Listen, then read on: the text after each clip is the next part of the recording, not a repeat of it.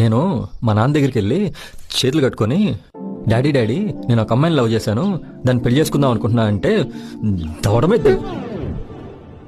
తంతాడు, వాతల పడేలా తంతాడు. అందుకే అన్నీ మూసుకొని వెళ్ళా పెళ్లి చూపులకి. 4 పెళ్లి చూపులకి వెళ్ళా. ఈ 4 పెళ్లి చూపుల్లో ఒక్కళ్ళంటే ఒక్క అమ్మాయి కూడా ఖాళీగా లేదు. ప్రతి ఒక్కరికి బాయ్ ఫ్రెండ్స్ ఉన్నారు. నేను ఖాళీగా నేను లేను, నీతో ఉన్నాను. కానీ వాళ్ళకి నాకు డిఫరెన్స్ ఏంటో తెలుసా? వాళ్ళకి పెళ్లి వేరు, ప్రేమ వేరు. ప్రేమించినోడితో పెళ్లి జరగకపోయినా వాళ్ళకేం పర్లేదు. కానీ నాకు అలా కాదు. నాకు ప్రేమ పెళ్లి రెండూ ఒక్కటే.